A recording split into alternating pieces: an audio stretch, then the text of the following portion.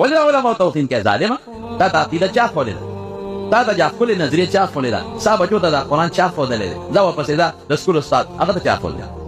بنیاد بیا عالم ته ځي او مدرسو له به ځي. نن سبا په سوشل میډیا دا یو پروپیګنډا مولیا داسې مولا داسې مولا داسې تا کې به 50 زره سولې پرتې وي هغې ته به نه ګورې. عالم نه هم غلطي کیدی شي په هغه یو غلطۍ باندې هغه مولا تا دوزخي کوم د موجوده حکومت او بالخصوص زموږ فیلډ مارشل صاحب چې کوم دی حافظ صاحب پاکې خبرې به کوم د هغې په کوشش او په برکت هغه جنګونه خدای ختم کړل. الحمدلله پاکستان یو نوم وګټه یو نوم د خدای په فضل یو لوی نوم وځلېده. نن په ټوله دنیا کې ملت ته د مولوي صاحب په ایمان پورې خندا وکړو او د دې مولوي صاحب په ایمان پورې خندا په کار ده چې دا یو خبره یاد وساتئ چې ګورې هر هغه مولا چې په سپینه جامه کې ناست دی او ځان ته د پیغمبر وارث وایي او د پیغمبر په منبر باندې د جرنیل صفت کوي نو دا مولا زما دشمن دی. واچوه چې علماء پورې من حیث العالم خندا کې استهزا کې شامی کې موجوده ده چې دا کفر دی.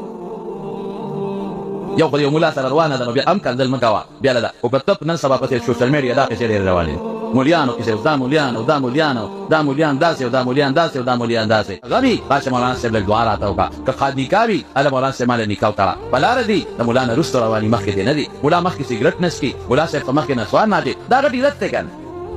او اخرت کې دا خو مړه د دنیا وړې خبرې دي دې له دین نه زده کوئ اصل دا دی چې په اخرت کې به خدای پاک علماو له مرتبې ورکوي. پرون هم په دې خبره باندې قایم ولاړ وم نن هم پې ولاړ یم سبا به بیا په دې خپله خبره باندې قایم ولاړ یم چې په پاکستان کې هر هغه مولا چې هغه ته د جرنیل صفت ښکاري او د جرنیل کارکردګي هغه ته ښکاري او د پښتونخوا غم ورته نه ښکاري دا مولا مې دشمن دی. که د هرې طبقې سره تعلق ساتي زما لپاره هر هغه مولا او هر هغه سړی معزز دی دا چې وطن کافر مې خو چې زما د پښتون وطن خبره کوي دا سړی زما سردار دی. پرون مې په دې شیخ ادریس پسې ویډیو کړو نو لکه ما خو په دې کې کنځلې نه وې کړې چې تاسو د جمعیت والا دا دومره رد بدې او دا دومره کنځلې وو د دې دومره علم باوجود تاسو الله تعالی راسې خره پیدا کړي او دا د خرو عادتونه کوئ. ګورئ شیخ ادریس زموږ په شان سړی دی که نه خدای هم کور او نغری وران کا چې اوس د مړ فرعون قصې کوي او د جرنیل صفت کوي به دا سړی علیم شو دا د علیم سپکاوی شو. علما په دې جوماتونو کې نور هم ناست دي نور هم خلک شته دی نور هم خلک شته دی کور هم راشه.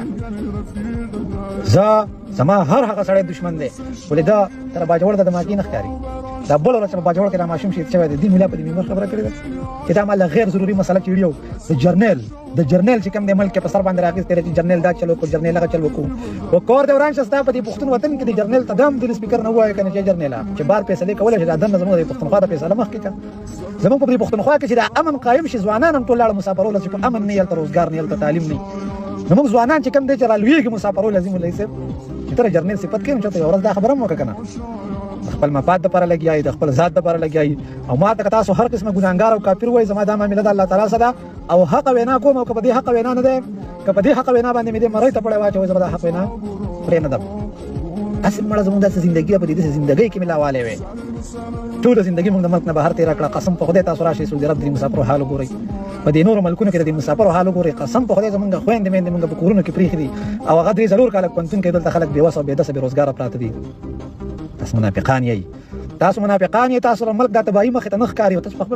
مړه خېټه پارسي وي تاسو په خېټه مړی تاسو په پښتون وطن د درد څخه خبرې